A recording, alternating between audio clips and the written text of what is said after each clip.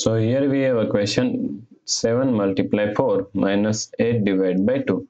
So now let's solve this problem correctly by using a PEMDAS rule. Okay, so according to PEMDAS rule, first priority is parentheses, second priority is exponents, third priority is multiplication and division. Here multiplication and division both have equal priority, so we have to solve it from left to right.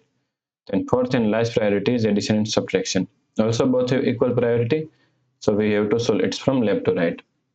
In this question, we have one multiplication, one subtraction, and one division. So according to PEMDAS rule, first we have to solve multiplication division. And both have equal priority, so we have to solve it from left to right. So first we have to solve this multiplication. So 7 multiply 4 is equal to 28. Minus 8 divided by 2 is equal to 4. Now 28 minus 4 is equal to 24. Okay. So the correct answer is 24.